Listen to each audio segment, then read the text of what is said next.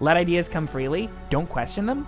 When something resonates and I'm just like, this is just a cool idea, find a way to justify it being a part of the story. I have to see what ideas actually stick with me artistically and then create worlds around them. So Zach, if you want to just like tell us who you are and a little bit about yourself and Sure. and kind of what you've been up to. Sure, I'll give you the quick summary. So I'm a composer. I am a YouTuber for the last 18 years. Been working primarily in client work for the last 5 years, doing projects for clients like Disney and DreamWorks and some of the other big names.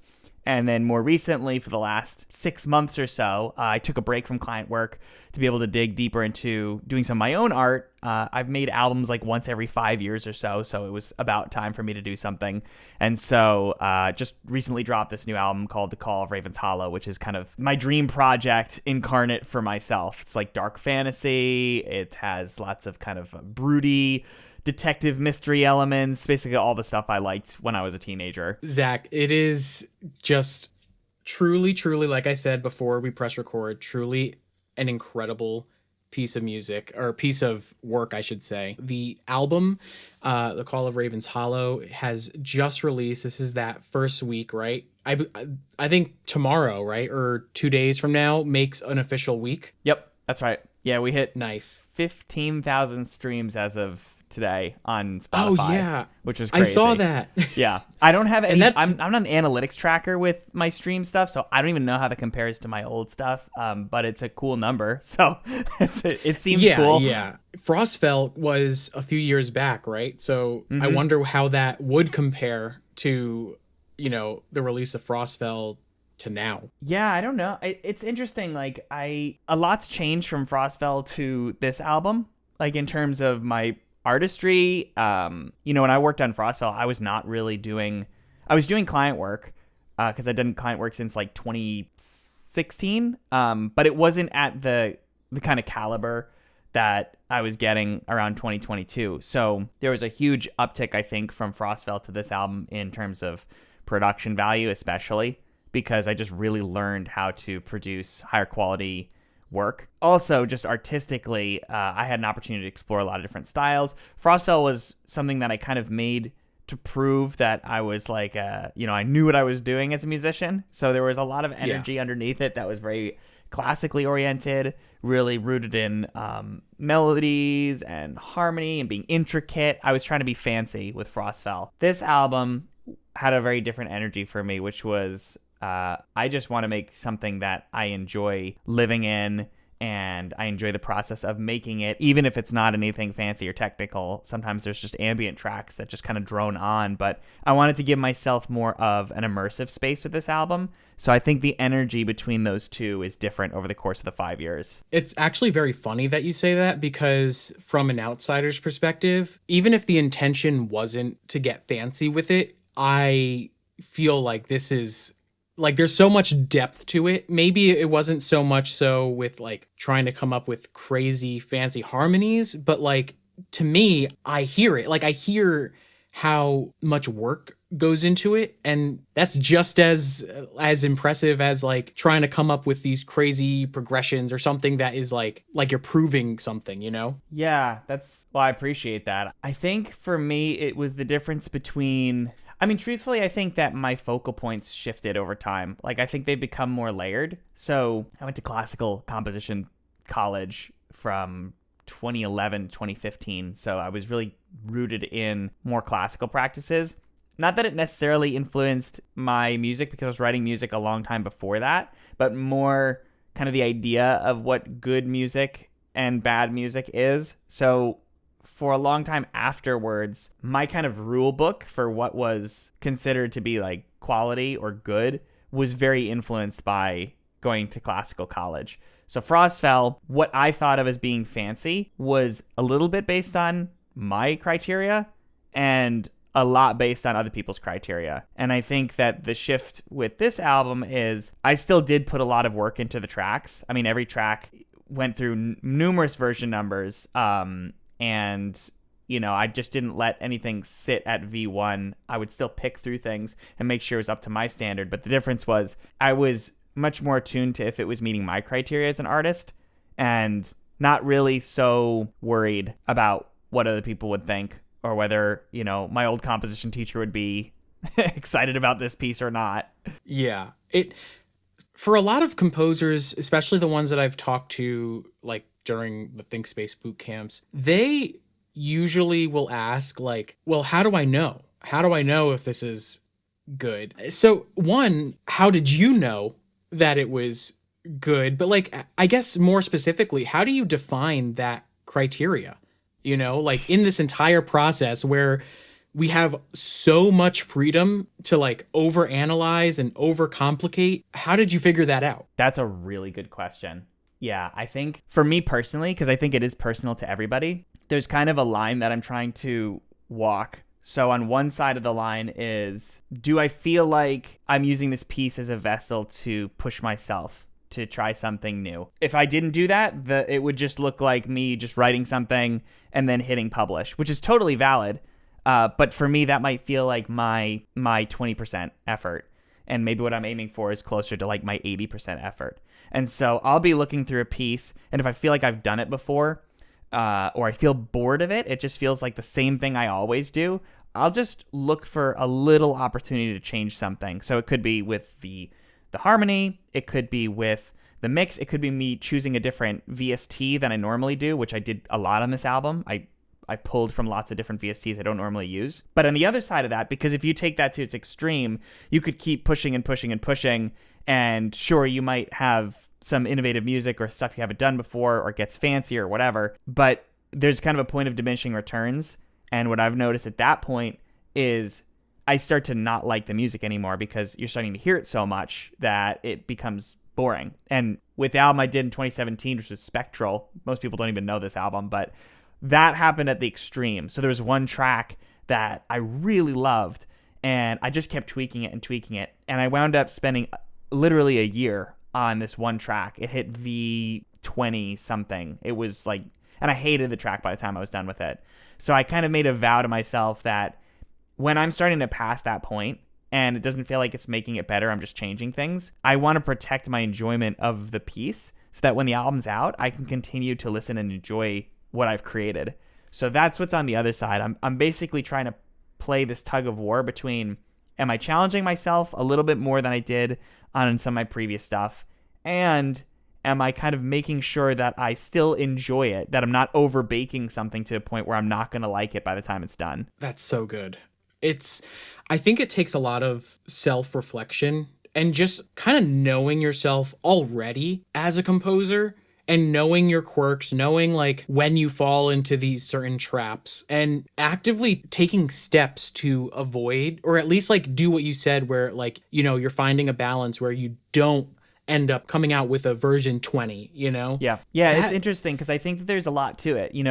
A lot of people tend to focus on just the craft side of things, just the component of like, let me learn these new skills, or the orchestration doesn't sound good enough, or my mix doesn't sound professional. But I think that there's more to it as well, because what I've noticed in myself, and also when I've done mentorship and things like that, there's all these external factors. Like, for example, when I went in to write this album, the ritual of setting myself up before I would make the music was really important. So I wouldn't just finish my work, my day-to-day stuff, and then just go and write the album. I would finish my work, maybe take a breather, go for a walk, light a candle, and then start the album. So there's a ritual underneath it that sort of sets me up to be in a state where I'm going to see this as something that's for me, as opposed to like something I'm just grinding away at for work. The other thing I notice a lot, and I'm really guilty of this, so I have not fallen out of this hole, but it's something I see a lot from composers, is balancing out your work in progress and then just listening to it endlessly through the day or the week. And what I think that does actually is I think it saps away your motivation to go work on it, because in the long term, what starts to happen is you start getting attached to the way that you hear it. You start to worry that you're not going to be able to make anything better than what you already created, or that you're going to mess it up. It makes it more concrete the more that you repeatedly listen to it. So I tried as best I could, and it's really hard for me, but I tried not to actively listen to the music too much.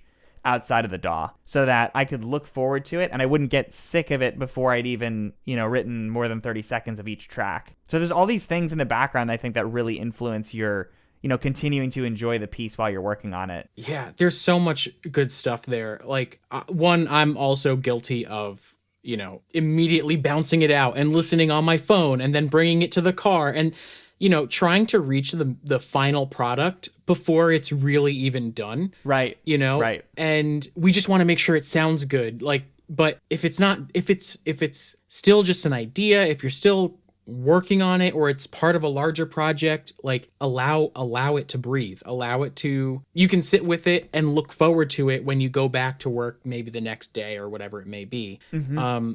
And you also brought up, and I've heard you say this before, but I'd love to get your take, the idea of craft versus art. And I know you've mentioned that you are now entering like your artist stage, you're more of an artist versus craftsman. So I would love to know how you define that and like what the transition between the two has been, So I think I started off feeling more like an artist, like way in the beginning.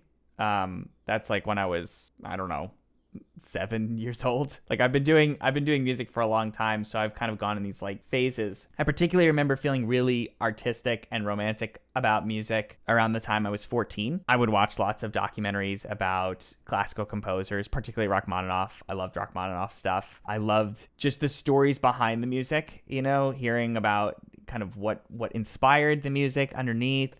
I would bring like a little journal. I used to have a little tiny journal. It was like, I don't know, a 4x4 journal or something with sheet music in it. And I would take walks in the winter in Connecticut and just like brood and just write down ideas while I was taking walks. I had like a very romantic idea of what a composer looked like, particularly like the idea of a classical composer. And so at that stage, at that time, it felt very romantic to me. There were no kind of rules, really. Everything was just about soak in inspiration, think of the stories that you want to tell, just express yourself. I think for me that started to shift a little bit when I started to have a desire to learn more.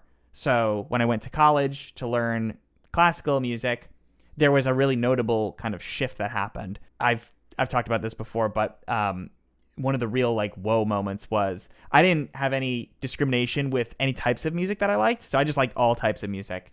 And when I went to college, one of the first experiences I had was I went to go to my private composition teacher, and I really loved John Williams. And so I heard him playing something on the piano, and I was like, whoa, that sounds like John Williams. And he was like, yeah, that's what I was afraid of. And I remember I just had a moment where I was like, what does that mean?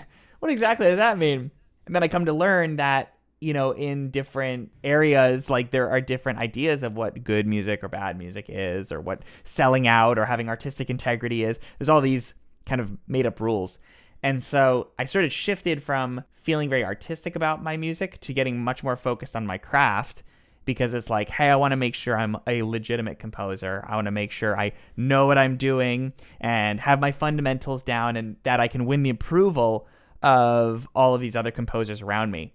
So it stopped becoming about just expressing my art and sharing it with the world, and it started becoming get the approval of people who know what they're doing.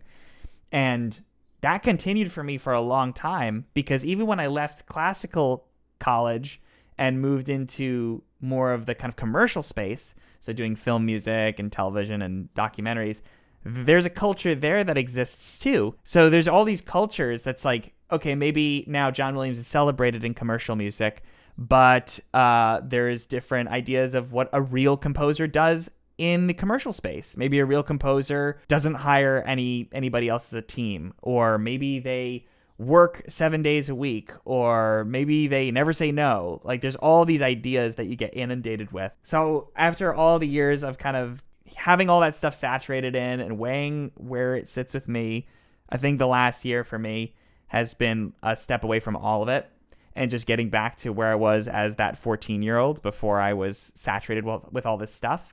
Taking the skills and tools and knowledge that I have now after all this time, but getting back in the headspace of 14-year-old Zach and just applying my relationship to music in a much more pure, kind of innocent way. So for me, that's looked like getting back into those rituals that I had when I was 14 of listening to music on my own with no expectations, taking long walks, thinking about stories, getting into more fiction, immersive stuff, just things that have nothing to do with the craft or practice of music and everything to do with just what fills my soul up. I think that really hits home, and probably will for a lot of people, because deep down, I think we want to hold on to whatever made us feel like a kid. And I think a lot of us found the love of music, or if you're a film composer or video game composer, through your love of movies and video games and TV shows and, all these things that you used to watch or enjoy when you were younger. And then, like you said, around the time of, college, you enter that higher education, you enter a world where everyone's doing the thing that you want to do, but there's these made up structures around it. When we're growing up, we didn't realize that there were these structures, but we think, oh, you know what, this must be the way that it is. And so we lean into it. And there's something so almost freeing about leaning back into the artistry, and the way that you've really showcased how you've brought that back into your life, I think has been incredibly evident from, just us talking, whether it be through the pro group, whether it be through our mastermind, whether it be wherever, or I see you on social media, YouTube. Yeah, you're right. In the past year or so, it's so clear that you've really locked in on the passion of the art. Yeah, and I feel like it connects to the album, because you've said that, you've started lighting a candle, you go on walks, you take inspiration, at least from like a lot of these like darker fantasy woods vibe of different games and stories and like images. You have this imagery that you kind of set for yourself that you allow yourself to get lost in. And I think even just what you were saying too about getting into the art, like I have so many thoughts about this, because it's just something I think about a lot now. I think there's a lot of value to working on your craft, of course. And I mean, I still am mindful of that with certain things. It's not like I just totally abandoned my craft. But also, to be fair, like I've been doing it for a really long time. I spent many, many years and countless hours only focused on craft. So it's like, if there's these two things to nurture, it's like, your technical skills and then your artistic spirit. I was like this for a really long time. And it's weird, because it's like you get where you want to go musically, but it feels empty, or it just something felt, at least for me, something felt off. And the weird flip that happened to me was, I was always looking up to the guys who knew what they were doing. I felt like they knew what they were doing. I love, John Powell, just masters of the craft. That's even the way we say it, masters of the craft. And then this flip started to happen, like on YouTube, that I noticed, which was like suddenly people were looking at me that way. First of all, I didn't believe it because nobody does. But on top of that, it's not actually really how I wanted to be perceived. It's like, it was a weird moment for me where I'm like, whoa, I'm getting that approval that I wanted. I'm getting people say, wow, you know what you're doing. And I'm like, yeah, but that's not why I made music in the first place. I made music because I wanted to tell stories and I wanted to express myself. So having people coming in now and being like, you know what you're doing, is a weird compliment. And so it signaled to me that something was off, that how I was showing up and what I was doing was not in alignment with the reason why I wanted to make art. It was a scary process and a weird process to let go of that on so many levels. I mean, it's stuff we could totally dig into if you want to, but there's just so many levels of weird to just shed that and just be like that guy who's like, don't worry about it. Why don't you take a walk? It's like my craft brain is like breaks at that stuff. But I think that there's a lot of importance to it. And I just think it's really overlooked, especially in the classical or cinematic space. It is so overlooked, the importance of filling your soul up and making sure you actually have stories to tell as an artist, rather than just, work on your template and get really good and know your VSTs. There's so much more to art than just those technical components. Yeah, no, I would love for you to tell me those layers. It's I feel like it could not have been a quick process either. It's No. probably really difficult to even pinpoint when you started making shifts, you know, towards where you are now. So I would love Yeah. to break that down. I think it's always been there in me, but I just never really gave it permission to come out. And it would manifest for me in the form of resentment. So that's where I started to notice emotionally. For example, really technical YouTube video coming out and everybody just leaning in on the technical, everybody just wanting more of their technical questions answered. There would be this like resentment that would build in me. And that's strange because here I am sort of delivering that, and here people are saying how valuable that is, and then here I am feeling resentment. That's weird. So it was a signal to me something's off. And there'd be other things too, like there's certain ideas that go around in our space that always kind of made me chuckle. Like, for example, people getting obsessed about parallel motion in music. People going, you can't do that.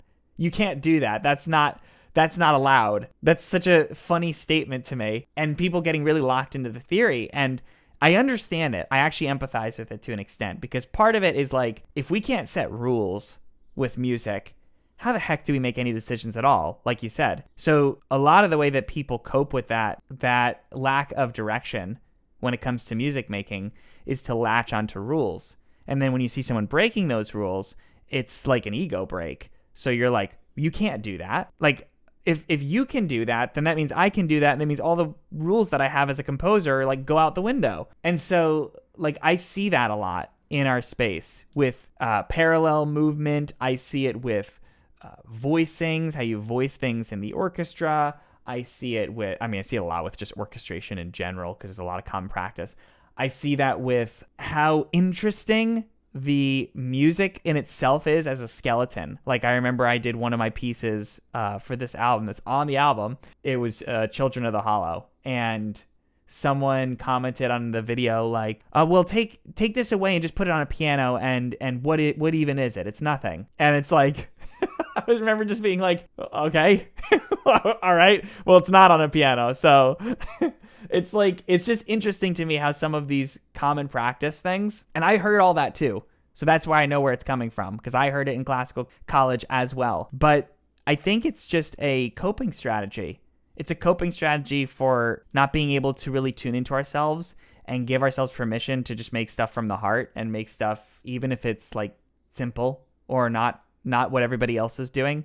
I think it's all that stuff becomes a coping strategy. And I've always known this internally as an artist, but I was serving people for a long time and engaging with people who really wanted like binary right and wrong answers to music. And so engaging with this side of me has been weird for me. It's been weird for me, like coming out on YouTube again, making videos and breaking rules or doing simple stuff, but it's been necessary. Because I think as I've been doing that, hopefully I'm signaling to other people like, hey, there's more to music making than just like learning music theory and proper voicings. This really reminds me of the meme where, like, what is it, like a bell curve graph where like you start off and like it's very like at the bottom, and then like you start learning and you go at the top and you have all of this theory knowledge, and then only to realize let that, it go. Yeah. that you can let it all go, and you're Yeah. back where you were, but like more enlightened. Yeah, and it's, I think you have to go through this process. Everybody has to go through this process to an extent. I think you can kind of like let it go sooner. There's no right answers to it, but I do think it's necessary, because I notice that a lot of people, particularly near like that top of that bell curve, are really struggling in the same way that I was. They're struggling to let go. They're struggling to trust that all the work that they've put in to lead them to that point is enough, and that they can just let it go. So they continue to double down on things that they're already good at. And they continue to second guess things that they've already put the work in on. And that was, for a while, it was me too. I was fortunate I had a connection to John Powell's assistant, Batu. When I was building a relationship, like learning from him a little bit, just talking over email and stuff, I would periodically ask him these questions that now I kind of cringe back on a little bit, to be honest. I would be like, hey, do you and John Powell do piano sketches before you like score to orchestra? The answers that would come back would always be the validating answers. They would always be things that I was like, oh, thank God. They'd be like, No, not really. We kind of, sometimes we use a sketch and sometimes we don't. And I was like, oh, thank God, because that's what I do. So I was always looking for validation for my decisions as a composer from the people I admired. And then one day I just kind of realized, like, everybody does stuff differently. There are no right answers. So why don't I just trust that if it feels good for me, then it's right? And just build more self-trust around that process instead of constantly searching out for validation for my decision making. And I don't think I'm alone in that. I think that a lot of composers struggle with that because our art is so isolated that it's really difficult to build that self-trust when you're just doing it inside of a bubble. That's really funny that you associate it with like the validation of it all, which like I never thought of it. And that's so true that like anytime I would ask somebody for advice or whatever it may be, it was always with the intention of hoping that they would say, yes, you're on the right track, or no, and if I wasn't, I was quick to change my approach when maybe I enjoyed my approach. Like I didn't allow myself the space to know what I liked about composing. Yeah, that's well said, because we tend to focus on the growth part of it, but not really question, which parts are resonating with us as artists. That's a very interesting, I've never thought of it like that. So this is like a very like, whoa kind of moment.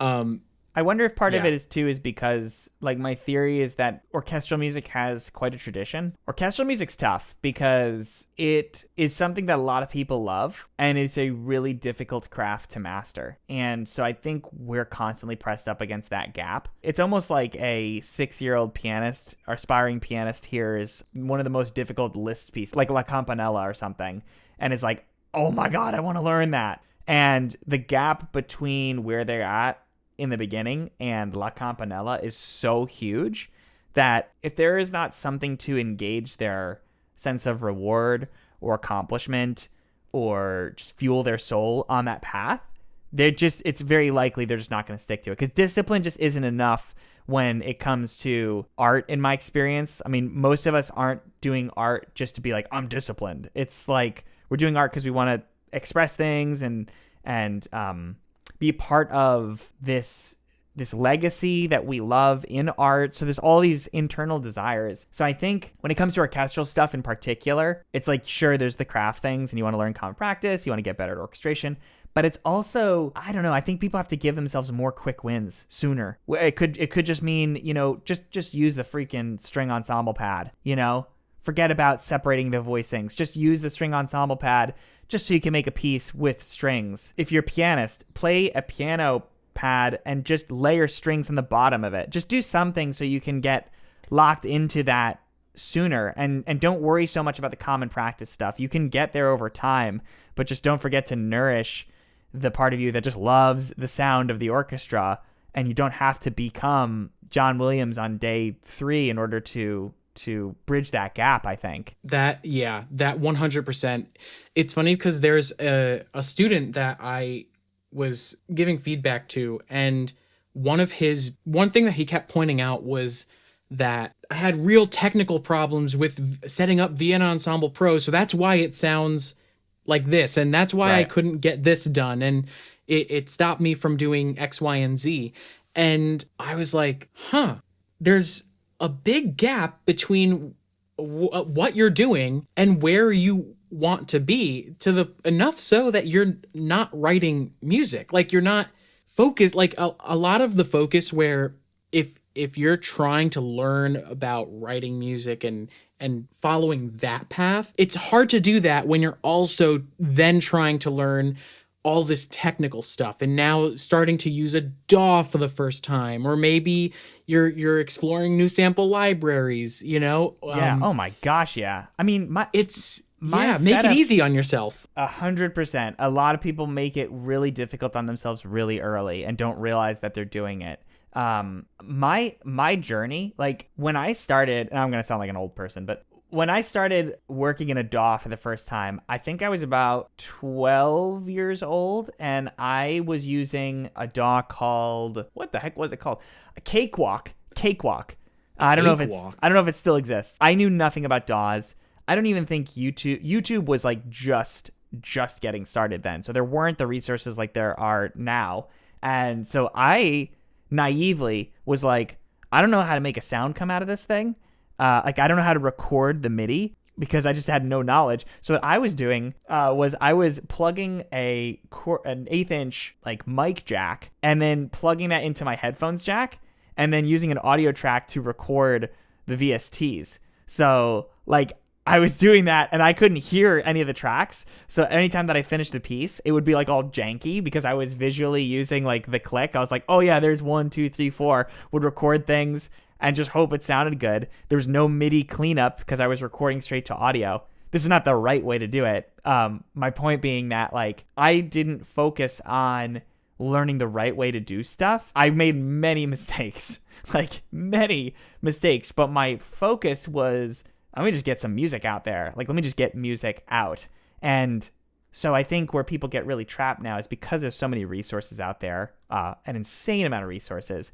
People often will jump, they're at level 3 and they jump to a resource that's like level 9. And they're suddenly molding their template as someone who's started 6 months ago to look like John Powell's template, who has been doing this for decades. And that's where it's just going to really, really hurt people in the long term, is because you're not ready for a template like that. Truthfully, like it's going to stifle your creativity. So much better for you to just open up GarageBand, pull up a piano sound, and just crank out a bunch of tracks like that. You know, like build your setup in accordance with your skill level, even if that's painful, so that you can grow with it as opposed to being totally overwhelmed by it. Yeah, instead of just jumping to the end result. It's also not as satisfying as you think to then just copy someone else's template, workflow, just setup in general. A lot of the joy and a lot of the appreciation for how you do stuff comes from the pain of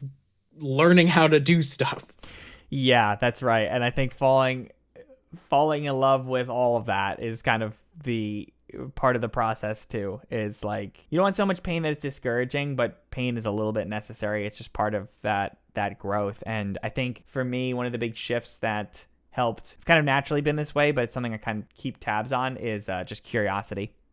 Just staying curious, not seeing a problem as a problem, but just getting really interested. And when something isn't working, when a mix sounds muddy, instead of going, I'll never be a real composer, my music sounds nothing like anybody else's, just going, wonder what about this is making it sound muddy. I'd be really curious to see what's going on in my EQ. I'd be curious to check out the MIDI and see how much is cluttered inside the piano roll. I'd be curious what it sounds like if there's no brass at all, and just observe. I think curiosity is a really great way to overcome problems without that ego pressure that comes in of, I'm not legit, I have no idea what I'm doing, I suck at music. Is that how you approached your album? Like, was that an active thing that you were trying to do, or like kind of just naturally, as you approached it? I think at the stage of making the album, that is a muscle that I had. And so I think that I kind of knew how to do that already. I think the biggest muscle that I really activated was self-care, honestly. That was something I really activated during the album. Not just grind this album out, get it done, do it for your business, but more like self-care, steep in this, do it when you feel like it. So, I'd be writing sometimes at like 2 a.m. for certain tracks. Some of my favorite tracks were written at 2 a.m. The last track was written at 2 a.m. and just like took a shower, had the idea, went out, did it. Some tracks took 4 months. It was not a professional looking approach to writing this album, but it was a little bit of self-care and self-trust that the skills that I had and the practice that I had with music would be enough, and I could just kind of relax into it. That's really funny because like it all ties in that like there is no right way, and regardless of how you did it, I think it still resonated with people anyway. So, it just shows you that like you don't need to have a perfect anything. And you could still write sick music that, like one track, like you said, might take 4 months. One track might, just come naturally to you after you shower. Both are going to exist, and both are going to, as long as they both help you tell the story that you're trying to tell, then that is the right way. Oh yeah. And to your point of pain, the final act, the boss battle track, which I think is probably one of people's favorites, it's one of my favorites. That was a painful track. Like that, of course, because that's how it always goes. It was painful because the opening idea in there's like that little weird riff. That happened very, very early in the album making process. That was like maybe the second idea I had of something I wanted to implement. And when I first wrote it, it was way more like experimental and kind of like Olafur Arnalds-y and stuff. And the pain was, oh my God, this is a really, really, really good idea. I really like this idea. I don't know if I can do this justice. And I don't know if I can earn this through the course of the album. So I kind of had like this end point in mind. And so constantly through the album, I was asking myself like, can I earn this like big finale? Like, can I actually earn it? Because for me, like if you're gonna use like brass or something on a track and you haven't used it throughout the entire album, there better be like a reason. There has to be a good reason in the story and feel like it's earned. So that was my personal criteria, was asking, have I earned it? And for most of the time until the very end of the album, I had not. So there's a lot of pain in like getting to that place where I'm like, okay, now I'm allowed to use it. I think that this album is at a point where I can do that. There was also pain around cutting tracks. There's 3 tracks that I wrote that were fully fleshed out that aren't on the album because they were just like back to back with another track that was too similar. And so there was kind of that sunk cost bias, and there's pain around being like, yeah, like I love this track. It's a really great track and there's interesting things, but it's not right for the album, so I'm going to cut it. It really sounds like it takes a lot of self-reflection to give yourself permission to make those cuts, to almost honor the time that you had with it, and knowing that you could always do something with it down the road if you thought it was necessary. But like, it really feels like by cutting something out that you really enjoyed, you're allowing that to be your own, because the album is now, it's gone from your world to you've let other people in, which is an entire conversation in itself that we could have. But also knowing that like, oh, but there are still these tracks that like, for now, I'm going to hold close to me until one day if I decide to share it in another context or something. And many were disguised V1s of other tracks. Like there was an ambient track that initially was the Raven's Warning track. And it was like an English horn and some ambient droney stuff. And it had some like jittery, like dulcimer bowing. And it's really, really similar to what is now the Raven's Warning. But those two things were actually separate tracks at one point in time. And then I just kind of, I was listening through, because I would do periodic listens through of the whole album. I'm like, yeah, they're pretty much the same thing. So it's like, this is just a disguised V1. And this is what I wrote to lead me to this other track, which means I don't have to repurpose and reuse like every single component of it. And I think that serves the music and the art better in general, when the artist can separate out that sunk cost bias and just recognize like, is this serving the art or not? But obviously, yeah, there's a lot of ego stuff, wasted time fear, which is huge with artists. Like, I just wasted all this time, which is like just not, I get where it comes from, but it's not legit because like stuff takes time. Yeah. You have to get through all that stuff. Yeah, exactly. And we're in a culture that really like wants productivity and output. So many of the things I did on this album, I had to overcome the fear of wasted time component a lot to be able to make it work, because writing a story on a typewriter does not serve my productivity engine in the slightest, but it might serve the art in giving me that space and getting the ideas to come out. I think it also, not intentionally, probably, that's such a unique thing. Writing a story for this album on a typewriter to further enhance this world and further that creative spark, Yeah. That's an inspiration to anybody, who's struggling to write music or come up with themes or develop their ideas cohesively. Something that seems so like, this is a waste of time. Is it really serving the art? Yeah, it serves the art and it serves other people in a way. It's incredible. Well, and who defines what's a waste of time? I mean, that's the thing. It based on what, based on, the quality of the work, which is kind of subjective, based on like how much money something makes. Like, I think it's just fear in disguise, honestly. And for me, at my best, composing is about it's intrinsic. It's about the process of doing the thing. It's not just about having a bunch of music at the end of it. It's about I compose because I like composing, not because I like finished compositions. So nothing is a waste of time if it's getting me in that space of enjoying the process of composing. And just because I know how to write fast, some people don't like writing fast. Some people love writing fast. Whatever it is, it doesn't really matter. But there's no like right answer for the speed at which someone works. I think if they're enjoying that pace, whatever the pace is, I do think it leads to better work and most definitely a more sustained artist in the long term. I think a lot of people need to hear that, because we hear this and we say, yeah, no, that makes sense. But then, like, do we internalize it? Do we actually give ourselves space to enjoy the act of composing? I think the question I ask myself, because there's questions you can do around that. One of the things I would ask a lot, I still do struggle with it. Like, it's seasonal for me. But one question I ask is, what is something that just feels totally pointless to do right now?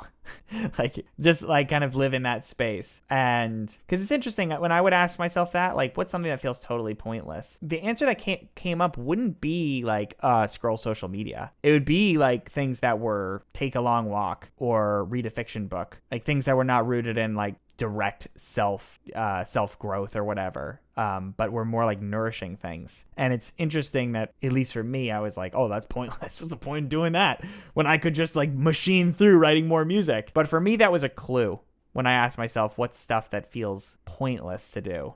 And then challenging myself to sit in that space, and usually, truthfully, within like 10 minutes, you're like, oh yeah, this isn't pointless. I just forgot. It's like a constant remembering thing. You're like, oh yeah, that's why I do this. It's funny because I feel that with going out for a walk. Like, yeah, I know I should or want to go out for a walk, but then I'm like, no, but I could be doing work right now. I could be doing stuff that like moves the business. And the amount of times I've put off something that I know I love to do, that I know will just like breathe in some new life, you know? Right. I put it off in service of what I think is actually helping me progress, when sure, I probably should just go take the walk. Yeah, and you brought up something really interesting before too, about like writing the story on the typewriter, how that is a point of interest. I think that's true. I think that when I think of composers or just artists in general, most of the entry point into their work, at least the type that I get interested in,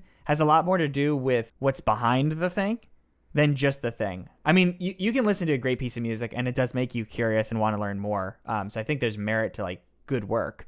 But I also think it's overlooked how significant and how much impact the backstories can be and the process and things. And, you know, you and I we very much like sharing the process of stuff. But I think that, you know, writing on a computer and writing a piece of orchestral music on the computer usually doesn't have a really interesting story behind it. Like, I like this piece of music, so I wanted to write this piece of music, so I programmed it for 20 hours. It's not a super artistically interesting thing to share with people. And so I think it does insulate composers quite a bit with, you know, so tell me about your piece. Tell me, you know, what was the inspiration? This is how normal people, like non-crazy artists, see us. They see us as like these sponges for the muse. And that's like the romantic idea of art. So they're like, what inspired you? And so when people don't spend the time to really answer that and like get into that space, they're like, well, I don't know. I just like, I feel like I have to write music. So it's like, it becomes like a very limited window. And so like for this album, I don't think about programming MIDI CC. I'm thinking about like our Montana trip when I took a walk one of the days and there was like a little weird like stick hut. And that sort of prompted an idea for one of the tracks on the album where the boy is like coming across this like shaman's hut or something. Or I think about when I went on this Gabrielino trail near where I live, and there was like this raven that was hopping on the trees and kind of like signaling to me the next point of the path that I was supposed to walk. Like, I'm thinking about the memories that I had that inspired the album, not just sitting in front of the computer. And I think that already gives the work a leg up because you have stories to share about it instead of just here is finished piece of music. I think that really leads into a question I would love for you to answer. It's, so what is it like to let other people into this world? Like, this has been developed from your imagination, from your past experiences, and now other people are able to kind of put their own experience into this world, you know? And I just am curious how that impacts you, or if it does, you know? Yeah, it's weird. I think it's different than it used to be. I think when there was more of a validation desire underneath my music, in some ways it would feel, I want to say better, but maybe what I'm actually trying to say is slightly more addictive to release an album. Like when I released Frostfell and somebody would say, wow, this is like so proficient, you're so proficient at your craft and stuff, that would be like a high for me. I'd be like, oh my god, yes, that's what I wanted to hear all along, you know? And so with this album, it's interesting because it is really fulfilling to hear. I mean, yeah, I've gotten some comments and things that have been crazy to hear. I remember there was one on YouTube, somebody was like, I'll never listen to music the same way again. And that's like unreal. So that's like a top 3 YouTube comment for me, for sure. At the same time, I think because I worked so hard to protect my relationship to the music, ultimately that's still the thing that feels the best. Like, yeah. It feels great to have let it go and let other people into it, but I still feel really like the reward for me has already happened 2 months ago. It was already like writing the album and making it and finishing it. So I already got my reward. And now this kind of just feels like the cherry on top, instead of this is the moment in which like I get all the reward for all my hard work. Wow. That kind of goes back to, you know, the passion for composing and not just the release of music. Yeah, it was a blast to write. It's weird. I miss writing the album. That's like the biggest thing that's happened is I miss writing it. And that is really different than how some composing stuff felt for the last couple years. For the last couple years, it was, thank God this is done. Now this is like, oh man, you know, I kind of miss that space I offered to myself. It feels like leaving a character. So that's really interesting for me. That feels really artistic in a way that it hasn't felt for a while. I mean, I have to say it's like, because I've listened through to try and understand the story, to try and associate track titles with the sound of the music with what my brain envisions. And like, I can't imagine, I've never done something this in depth of world building that you've done. So I can't really imagine, but I know that there has to be some, like, it's just, I just want to be back in there, you know? Yeah. Oh, very much so. Yeah. Yeah. It's kind of like, that's it, huh? Like, and there is a part of me that wants to continue. There's a part of me that wants to build out more, and keep expanding. And it's a, you know, never say never. That might happen. Yeah. I think it's just signaled to me how important the ritual around how I create and the intentions are. I mean, truthfully, it's rocked a lot of things for me, because even with client work, you know, most of the client work that felt fulfilling for me came from an energy of, let me serve this person's vision. And that's really satisfying. But it's really, really satisfying to serve your own vision, to build something. You know, the entrepreneur in me actually really thrives in this artist space, because I'm like, I'm building something from scratch. And that's so different than like a client project where you're like, am I doing a good job bringing their vision to life? So I'm a little addicted to this now. I don't think this energy is going anywhere anytime soon, and how it's going to shape my business side as a composer, I'm really curious to see. But I do feel like it's unlocked something that was dormant in me for a while. And I do think it comes through in the music, honestly. Like, maybe it's not always tangible how, but I do feel like it has a different energy, and the way people are responding to it is kind of affirming that for me. That you take that much time to build something, and it does show in how it's felt by other people. It's funny because I do, like, when I envision the story, I do envision you as the boy. And like it literally, it is just like an animated puppet with like an image of your face. Like I don't know. That's just what I envision, but I also kind of see the reflection of your journey in this album. And like the final boss, like the final act track itself is just like this big thing that you do, which I see as the album. But then the final track itself, it kind of feels as though there's more of a story to tell. And it's just like, I don't I don't know if that was always the intention, but like it's surprisingly a dark track. Like it doesn't feel as though the story's over, or at least until like the very final note, you know, where then it feels like there's some sort of resolution. But I don't know. That was somewhat intentional. Intentional. There's, I like to leave a little ambiguity for myself too, because I think that's kind of the fun of it. I love lore in general. Like, so I know as a lover of lore, when you are super explicit in everything, it's like the fun is gone. So I've left some possibilities open for myself. There's one possibility that I explored that's kind of there in the music, that this is a prequel to Frostfell. So if you listen, you can hear that there's a music box that ends this album, and then there's a music box that starts Frostfell. And there's also a little motive, not to get super nerdy about it, but there's a little string motive at the end that's ba-yum, ba-yum, which is the Frostfell theme. So there's a little piece that's possibly what's actually happening there. I don't know if I would have picked up if like that little motive was exactly the Frostfell thing, but I did feel Frostfell in it. Yeah, there elements. Yeah, because I try not to be too on the nose with any of that stuff, because I like the open-endedness. It's not like, hey, this is what's happening. And that's just one of the possibilities. But I always love cliffhangers. Like I like when stuff has room to grow. And maybe, I don't know, maybe it's partially me, like you said, maybe subconsciously I didn't want to close the chapter fully and say this is the end of this season for me. I'm sure I probably wanted to keep it open as an artist so I can revisit. But yeah, I mean, the boy probably is me, to be honest, because we all write from places of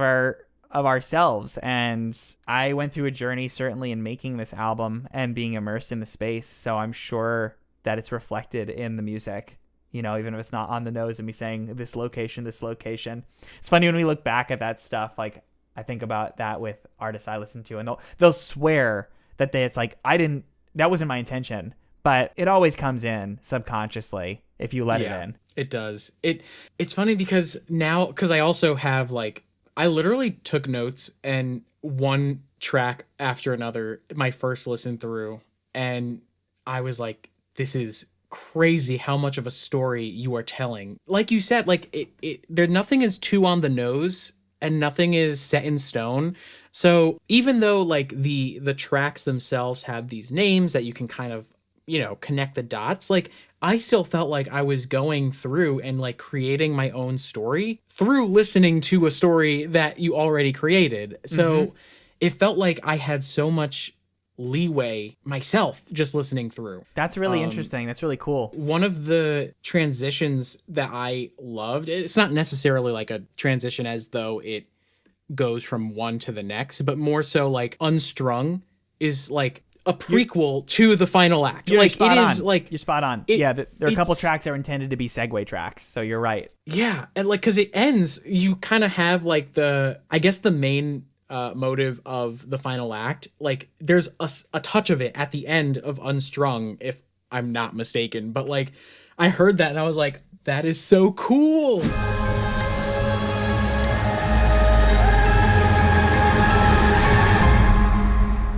Yeah, and then of course going into the final act, I was like, this is rock and roll. This is like Have you caught where that motive started in the album? I did not.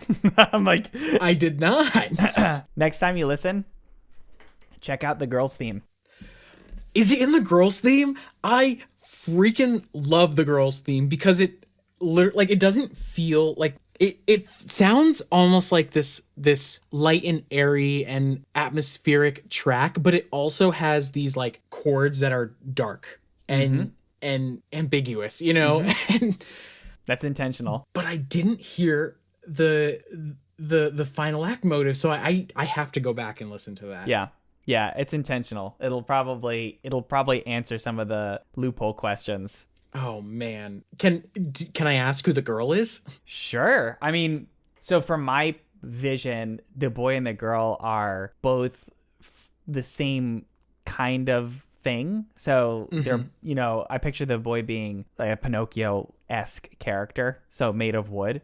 I picture the girl being the same. The difference is that the girl has like a darkness inside of her, and the boy has been instructed to go through this journey alone, but he can't help himself when he meets this other person that is so much like him. And so that darkness is sort of what starts to get exposed by Unstrung and then the final act. If you listen, you can hear, like, in the final act, there are 3 themes that are overlaid on top. So there's there's 4 technically. There's the boys theme, which is first heard in Escaping the Workshop. Dun dun dun dun dun dun dun. There's the girls theme, which is ba da da dum. And then there's the call, which is that starts the album. The wa dum. That happens all overlaid on top of each other at that like refrain part in the final act.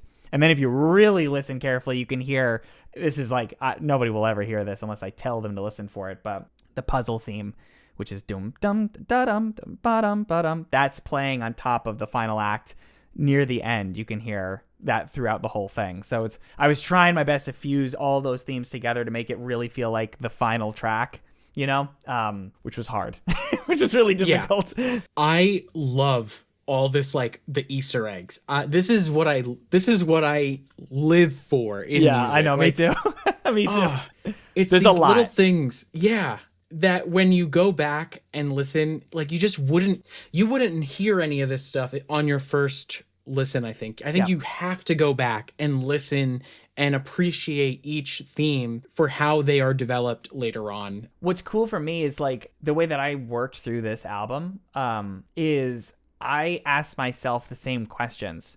So sometimes stuff would appear. Like the girls' theme was probably the 3rd thing I wrote. And it came through like pretty much exactly as it is in terms of the melody. And so there was that weird like off chord thing. And so like I asked myself, why? You know, speaking of curiosity in my art, rather than just taking what sort of emerged at face value, I said, why? Why is her theme dark? You know, I couldn't, and I didn't know the answer to that for a long time. And then, there was one night in the shower where it just clicked for me. And I was like, oh my God, I get it. I get like how this can serve the story. And so I sort of reverse engineered it. So for me, that's what my process has looked like through this album is let ideas come freely. Don't question them. When something resonates and I'm just like, this is just a cool idea, find a way to justify it being a part of the story. That's really easy in the beginning because there's no rules. It gets really hard as you get further along. So as I was closing in on the album near the end, that was so tough. Because it's like, yeah, but you said that the boy, you know, has to go alone, which means you can't do this. Like all the rules become more restrictive as you go. So you're in the honeymoon phase in the beginning of the album where you're like, anything goes, let me figure it out. And the girls' theme sort of came in the honeymoon phase of just, let's just try ideas and see what sticks. This really reminds me of like an author plotting out the next 7 books and like, maybe they have the idea down, but like as they keep writing, they're like, oh wait, I already established in the lore that, I can't do this. It's so difficult. And I also, even as a kid, I hated doing outlines. Like if we had to do outlines in school, I hated it. So for me, I can't structure an album from start to finish or structure a story from start to finish just by outlining. I have to see what ideas actually stick with me artistically and then create worlds around them. So that's been more my process. I had the girls' theme. I had this weird, janky, experimental thing that would be the boss track. And then I had the opening track, which was pretty much... No, not the opening track. Sorry. The, like, swell track in the beginning that's just, like, strings and builds up. Those are the 3 things that sort of arrived in, like, a little 2-week stretch. And I basically just built the whole world around those 3 tracks. And so that became the universe. But if I was like, I'm going to write a dark fantasy piece about a Pinocchio-like character who, it just wouldn't work for me. It's not, I don't get inspired that way. Yeah, because you're almost telling yourself, all right, I have to know it all right now. Here's your box, live in it. Yeah, it's like, I want to figure out what box I want to live in first. So let me experiment and see what sticks. And then what things would I be cool with spending the next 6 months hanging out around. Truly, I have to say, like, this world feels like you. I've seen the comments of what people have said, and I've obviously experienced it myself and listened, but like, it just feels like we're finally given an all access pass to this world that you've created and teased. And oh man, it's sick. Thank you, dude. I appreciate and that. Yeah, and it's funny because like you said the final act is a lot of people's favorites. I really love the final act. Like the first time I listened to it, I was sitting with these headphones on, and I closed my eyes and I was like getting chills because of just how insane the rhythm is, how insane like because I know that like live strings were used on that one. I could hear like the shrill of the violin. Like it was just like, it brought me to a place that like, I don't know if I'll ever get back there on my first listen. That's so awesome, dude. Yeah, like, but so you have like these big epic moments, but then even like smaller intimate tracks, you have to experience everything together to fully understand the world. Yeah. I agree, and that was intentional, because this wasn't just like a set of a bunch of tracks that I wanted to write. That was probably the most important thing for me with this album, artistically, was like really tell a story. Because when I did Spectral in 2017, that was like an experiment album. That was just, I'm just gonna do a bunch of different stuff. Frostfell was like, let me try and tell a story. But truthfully, I kind of lacked the discipline to really lock in a story. It was kind of like, I'm just gonna write a couple fun tracks, and then like, I just want to do this track, so I'm just gonna throw this in here. And then, oh shoot, the album's over, so let me throw in a boss track. That's how it felt for me personally. This album was like, everything got built up at the same time. So yeah. There was really no track that was ever done months before any of the others. It was like, everything's open. I'm building out this thing. I just did an instrument in here that needs to inform a track elsewhere. And so it was constantly like beefing up each of the tracks and polishing and making tweaks, listening through as a unit, like from start to finish, and saying, okay, now how's the whole thing working? Like, this is dragging too much here. It needs to be shorter. This is too dramatic here in context to the rest of the album. I got to dial it back. It was really like very intentionally designed to be a start to finish kind of thing. So I'm glad it comes through that way. Usually I do like to listen through albums as intended, but like sometimes I'll be like, oh, let me pick and choose. This is such a detailed story where like and it's also like roughly 30 minutes. So it's very doable to like be like, all right, let me sit down and listen, Yeah, for sure. To the full thing. I love short stories in fiction. I've always loved short stories. So I've always tried to make stuff that hits that hour mark plus. I just struggle to do it. I think I'm just hardwired to do short story stuff. And I don't mind that, actually, because I think it's really, there is an art to telling short stories. You have way, way less room to kind of like flounder around. You have to be really packed and really like condensed and make sure the ideas land, because with a big 10-hour thing, sure, you got time to have filler and still be able to tell a great story. But with a 30-minute thing, it's like, you better make sure those tracks count. That's where cutting the tracks became really important, because it's like, if this dips for too long and there's an ambient space that's like 20 minutes out of the 30, it's just going to be problematic. So there was one point where I was getting really nerdy about it, and I was like, I had some categories for tracks where I was like, is this a segue track? Is this like a top, I was calling it like top view, so like montage-y kind of track? Is this a thematic track? Is this an environment track? And I would be looking track by track and making sure that no two tracks were adjacent that were in the same category. I had to reorganize some of the album that way. So it's like the opening track is like top view montage thing, and then the next track is like exposition, and then the next track is like environment puzzle thing, and then the next track is segue track, and I would keep going through that. So as you listen, it's pretty rare. You almost never get two tracks back to back that are doing the same function. They're always like breaking something up or helping. It's either a transition into a new track, or a kind of like cool down from a previous track. There's a lot of intention around the structure of the album. That makes a lot of sense because I feel like as I go through and I listen through, it maintains interest like pretty much the entire way. And I think that is because everything is kind of separated in that sense where it's like nothing is back to back. That actually answers one of the questions that I had initially that was like, how do you stop yourself from turning every track into like, well, now this is my big thematic section, or like this is when I introduce a new theme, and it's like, oh, well, you know what? Maybe I have to calm down and like assort things by energy in a way. Yeah, I think making sure that I'm finding stuff that I am willing to sit with for a long time is kind of like the best entry point, because if you don't have a good, not even just good, if you don't have a strong but also personally engaging entry point, like a motive or theme or something, then yeah, you will get bored of it really fast. Personally, this is probably just personal taste, but I have always gravitated towards really short motives. So all the themes on the album are primarily just like little 4-note motives, because I find I just have a lot more room to play with that stuff. So it's very rare that I'm going to get bored with it. And then using that as the starting point, or just through each track, just making sure that I'm asking myself, does this tie in some way? Like, is there a connection? It's something I try to do often. Occasionally, I'll sandbox and just give myself a little sandbox time and say, let's just see if anything new emerges. Resisting the temptation to decide early that that's going to be part of the album is important, I think, because if it's sandbox time, like, it may or may not make the cut.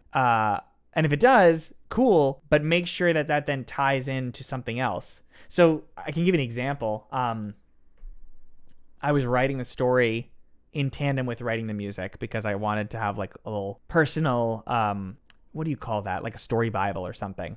Like, I wanted to have my own kind of internal rules on what I could and couldn't do. So when I was writing the story, I was working on this like ambient track for the woods. The character, the Raven, didn't exist. I didn't even have a title for the album at the time. I knew the boy was discovering the girl, but I knew, like, intuitively, I'm like, he's cautious. So I asked myself, why is he cautious? What just popped up in my head was the Raven had warned him to speak to no one. And then I was like, okay. Who's the Raven? And so then the Raven became a new character in the story. And it's like, okay, the Raven's like this threshold guardian, essentially, that tests to make sure he's ready to enter the woods and kind of directs him. And then that became the title of the album. And so there's characters that bubble up to solve story gaps or story issues. And then eventually when I was like, okay, I have like the boy, the girl, the Raven, and the toy maker, I'm like, I think that's enough. I think that's enough. I think we got to call it. So any other tracks that are coming in have to relate to these characters. I love that. I love that there are 4 distinct characters. And I also love that it was a Raven in particular, just because of like the symbolism behind that. Yeah. And just Ravens in general are just like usually can represent like an ill omen or like just a warning, knowledge. It's just so much that's like associated with a Raven that like I remember when you told us, you let us know, like, I think I found the title of the album and I want to run it by you guys. And you said it was The Call of Raven's Hollow. And I was like, this is going to be sick. This is going to be like very deep. Yeah. And it like months later, it was. And I love that and I love that it wasn't that it was an animal, that it, or like, like a bird, that it wasn't just like a person that was, Yeah, I've just always been drawn to, I kind of have been drawn to faceless, folkloric, mythological stories personally, where they're not necessarily character studies. They're more like tropes that move through a space. I've just always been drawn to that artistically because they're timeless. Like, they're instantly timeless. When you can take an animal that has like all this symbolism behind it, and you throw in a Raven as a character in your story, and you just call them the Raven, you don't have to give them a name, then it's like instantly timeless. So I think that that's what I was drawing towards. And something I didn't even mention is a lot of the sort of the inspiration and the ideas that came in the album were kind of bubbling up subconsciously from stuff I was consuming as well. Like when I knew I wanted to get back to 14-year-old Zach, I was pulling out like Edgar Allan Poe because I always have loved Poe. So of course The Raven is in there and that sort of prompt stuff. I was pulling out, I didn't read this when I was 14, but I pulled out Lovecraft because why can you not? You got to do Lovecraft. And so there was imagery in there that was really interesting. I remember I pulled out this short story by Arthur Conan Doyle called The Parasite, which is about this psychic medium who kind of like becomes obsessed with the person they're working with. And so they're sort of like controlling them from a different area. And Conan Doyle's language in the book was so cool. He would use so many interesting words. And so at one point I was just collecting journal entries of just all the words that he used that I thought were so cool. And there was one point in the book where he said, the guy wrote a journal entry and said, "I am momentarily unstrung." And I was like, I freaking love that word, unstrung. So that became, why I used that in the album. So all that stuff like trickles in. I didn't intentionally go, let me find the track titles for my album. It's just, let me saturate myself with stuff I love and just allow it to manifest itself as I'm making the album. Yeah. And I think that's why this just feels inherently you, like it's hard to explain. I really don't have like a way to articulate it, but it's this level of world building that you went into over a pretty long period of time, that you allowed yourself to create this. And also just because you brought up the idea of animals as tropes, like that reminded me in college, I took a class. I forgot what it was actually called, but basically it was like the art of storytelling or something like that. And a lot of people took that class because they knew, like the professor was a little kooky and she wrote the textbook but was really into it. And so a lot of people just kind of took it as like an easy A, but like I was so inspired by that class. Enough so that I reached out to the professor to be like, can we put on a program together? I was also like an RA in the dorms. And I was like, can we put on a program for like the students and like you and your husband come in and tell the stories through music, through puppets, through like, and I loved it. And one of the projects was to like go in front of the class, pick a short story, not just tell it, but live it in a way. And a lot of what we learned was about like the fox as a sly character. It made me really appreciate these, like the idea of folklore. It made me appreciate the idea of like passing on stories and different ways of telling these stories that like only you can tell. Like the story itself might be the same, but you give it to a different student to present and it's going to be different every time. And That's right. it feels like or at least I see the connection, and that's like the association I have when I hear this album, when I think of The Raven and I think of like the folklore behind it. That's really cool. Yeah, I guess I've had people that say like it sounds like me, and it's like the coolest compliment ever, but I haven't been able to click exactly why that is. But I mean that it's pretty obvious, I guess, when I think about it, which is just I just saturated myself with stuff I loved, and so it naturally came through. But yeah, I also love folklore and stuff. And what's funny too is like the album also has changed me as a person. Like it's very interesting making this project, not just professionally or anything like that, but as a person, I pay a lot of attention to like animals outside now when I take walks. Like I'm locked in with like a squirrel or something that will just be like, staring me down and like shaking its tail. Like I'm just like glued to it now.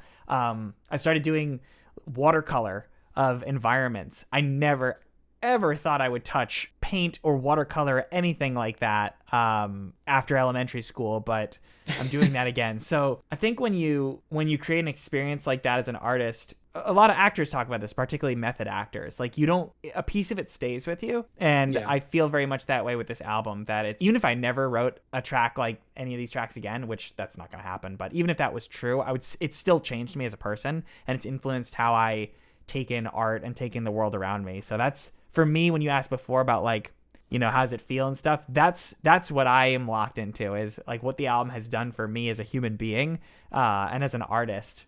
The response has been like awesome, but ultimately that's what I'm carrying with me, I think. Yeah, that's such a good way to put it, because it allows your experience to exist without the fear, or without the, I don't even know how to put it. But like you said before, what you got out of this experience happened 2 months ago when you were writing, and this is just like, all right, here you go, everyone else. Like, yeah, enjoy. By the way. It's a by the way, Yeah. really is what it feels like. And then I'm like, oh yeah, I have to like tell people what actually even happened in this.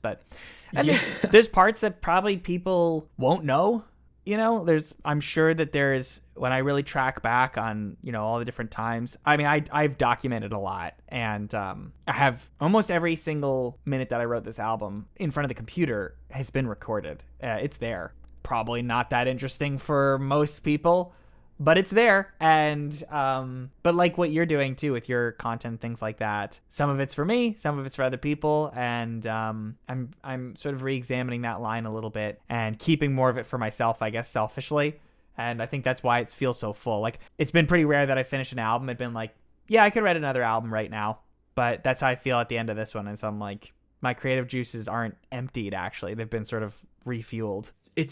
That's very interesting, because like you would expect, or you would think like, oh, after such a big project that you would either be drained or like want to stay away from it now. Like, I feel like this project has inspired me to be like, oh, I also have a story to tell, and like I don't know what to do with that. Like, yeah, man. I want to explore music in a way that I haven't, just because I'm like, this is so cool. The music, that the idea, the world, the characters, everything is so cool that you've developed. And it's like, how do I do that? Yeah. Well, I think the trick to it is like, and maybe this is my opinion, I'm sure there's composers that would disagree, but for me, just making the music a byproduct of a really enjoyable process, and just like the immersion component was the thing that I love so much. And I still have that in pieces, around like the studio, having built the studio this way, which I really like built it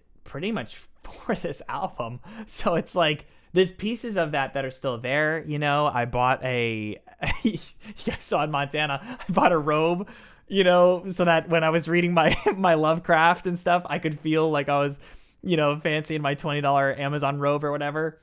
But there's like, I've carried that with me. So I basically use the album as an opportunity to just find new things in my life and explore new hobbies and stuff. And the album was just kind of the justification for it. It's like, oh, well, yeah, I'm doing this. It's research. I'm researching for my album. It's for the album. Yeah, but truthfully, that's not actually what it was. The truth is, it was like me building some creative routines and things that like feel replenishing. And I think that the album was just a byproduct of it.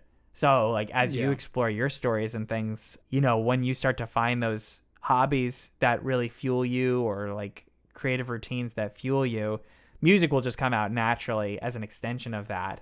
And the trick is recognizing that, like, when I get inspired by music I hear from other people, there's like the inspiration side of it musically and craft wise and all those things.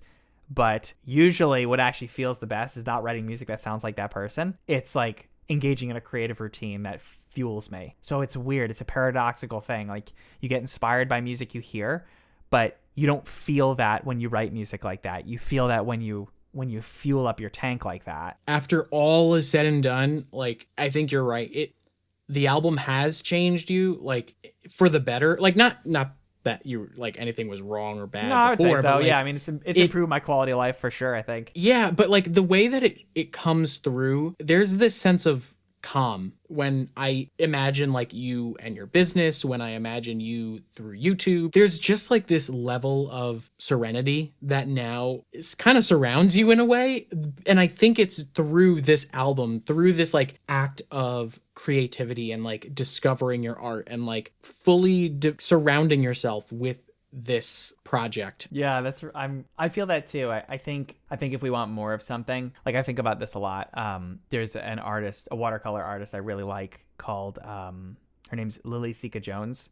She does some amazing like anthropomorphic fantasy characters, right in the zone that I love as an artist. And when I picture her, I don't know her or anything like that, but I know that she does her watercoloring in like a cabin in, I think, somewhere in Canada. When I picture her, you know, waking up to the birds and like brewing a tea and doing her watercolor and just, you know, being this state of serenity. But the ironic thing is, even when the conditions are there for that in my life or in other artists' lives, we don't always align our behavior with that. So it's not like, oh, you know, if I lived in a cabin in Canada, then I'd be able to be like Lily Sika Jones is, because that's not really true. It's like there's a responsibility to myself to offer myself that space. And I think the reason why the album's impacts have carried over afterwards is because it was sort of a real demonstration of myself that I can offer myself that space to be like artist mode. And that I didn't just talk about it or think about it or dream it. I like actually really carved out a lot of space in that space of what's the point, and just kept fighting against that belief. And so it's like when I would have that what's the point thing, it's like, I don't know, let's find out, you know? And so it was eventually I just sort of proved those stories wrong by making that space and seeing the benefits of it. So it's something I feel I can tap into a lot more easily now because I made an album where I was able to do that for myself. One, I feel like you should reach out to the artist. Yeah. And just like, are you like, really hey, living in a you. cabin? Yeah. I mean, there's that. We love that idea, right? Of like the artist who just like doesn't have a care in the world. But the truth is, I'm sure Lily Sika Jones stresses out about things as well. I'm sure she stresses out about finances, and her art doesn't always come out the way she wants to, and she's dealing with a difficult client. So I think there's the fantasy of it, but I also think there's a responsibility to connect ourselves to it. Because if you don't need a completely free calendar to go art mode.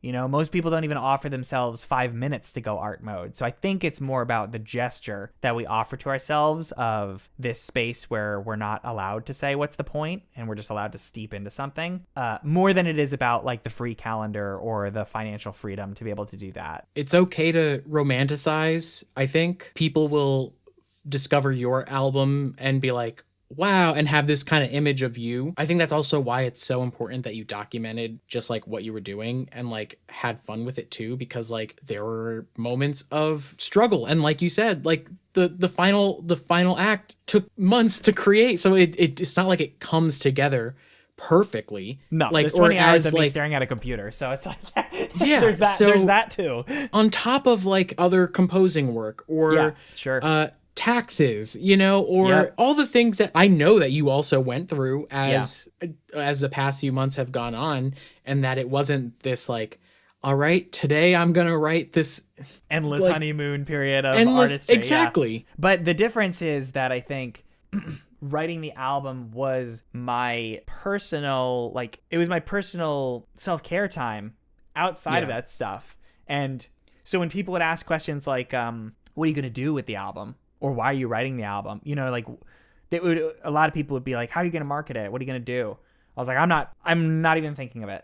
That's not why I'm writing this. I'm writing this for me. I had to resist a lot of that throughout the process, which is like, oh, you know, maybe you should pitch it to this person, or maybe you should do this thing. I was like, maybe, but not right now. Like for now, this is for me. And that's it. We'll figure out stuff afterwards. That's why it felt so good to write this album, because I really worked hard to make sure it was for me always, you know. And if it was feeling like it was falling off from that, if it was suddenly becoming a YouTube series like 6 episodes in and I'm just like, I just don't want to do that, I stopped. So I did 6 episodes and I said, no more, that's enough. I'm writing the rest of the album for myself because I'm feeling this start to lose like the connection to why I'm doing it. So I really try to stay grounded in that. I was gonna say it had to have been hard, especially because so much of it was recorded, like your process, like knowing when to share versus when to just let it exist. Yeah, it was hard.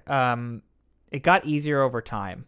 I think it was like resisting that feeling that, you know, if it's not public, it doesn't matter. That was something I had to work hard on. I will say, big shift from where I was at before I made the album to where I'm at now. Now there's a lot of stuff that I do that's not public, and I just trust that it's going to find its way into someone's life in some other way. You know, for some reason we treat like social media or like posting online like it's the only way we can be public about stuff. And it's weird because I'm like, yeah, but I have conversations with people all the time about these things, like in person. So why is that not as valid as making a newsletter thing or making a YouTube video? A lot in my business has shifted in ways where YouTube is not the vessel for my excitement all the time anymore. It used to be the only way I could connect, like, I'm excited about this, I want to talk about this, boom, YouTube video. Now it's like I can hold some of that space a little bit more, and I can decide what I'd like to share and what I don't want to share. I'm not going to do a track by track breakdown of every single track and every single thing that went into it because I don't need to, you know. And if somebody asks me, then I'll tell them and we'll talk about it like we're doing now. But I don't feel the impulse to, pull the curtain back on everything anymore. As someone that loves like behind the scenes stuff too, like I wouldn't want you to share everything. Yeah. Like, you know, I love that there's a sense of mystery. I love that there's a sense of like, I can hear what I need to hear from this album and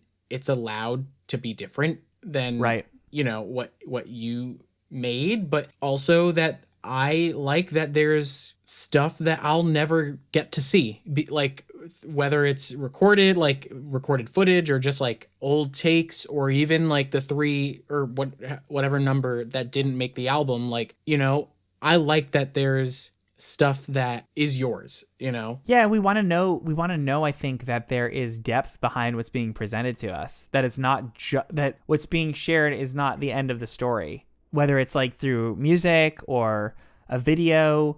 And I think when we share things too quickly or too often or too impulsively, like I've done in the past, the story kind of ends with the thing. It's like, I just learned this. And then you share it. It's like, well, that's kind of, there's no more depth underneath it. And so I do think it's a felt thing. Like we've talked about pull energy and stuff. I think pull energy comes from feeling that there is more underneath and feeling drawn to what that more is. And I think the way that depth gets developed is by learning, at least for me, it was learning how to hold more of that for myself and drip pieces of it rather than throwing everything out. So yeah, there's for sure. I probably won't release any more of the like composing footage because I just don't feel like it. You know, it's like, I don't feel like it. And that's kind of the end of the story. The stuff that's out, I think, is representative of enough of it. And I like having people want to know more, you know. I have a story for this, a written story that's 3/4 written, that probably will come out at some point, like maybe in the fall. I'm enjoying having people try to figure out things in the meantime, you know. I like leaving that space for people to piece things together and ask questions and get curious about stuff. Yeah, because it allows us to dive deeper into the story and it allows the music to speak for itself. Yeah, that's right. 100%. Well, Zach, this has been incredible. I'm awesome, dude. super glad. I'm super glad that we were able to chat this much about the album because, as we've already said, there's just so much that went into it, and I'm so happy for you as a friend, as an admirer of your work. I'm blown away. Truly, this is something special, and I'm so happy that it's getting the reception that it has been.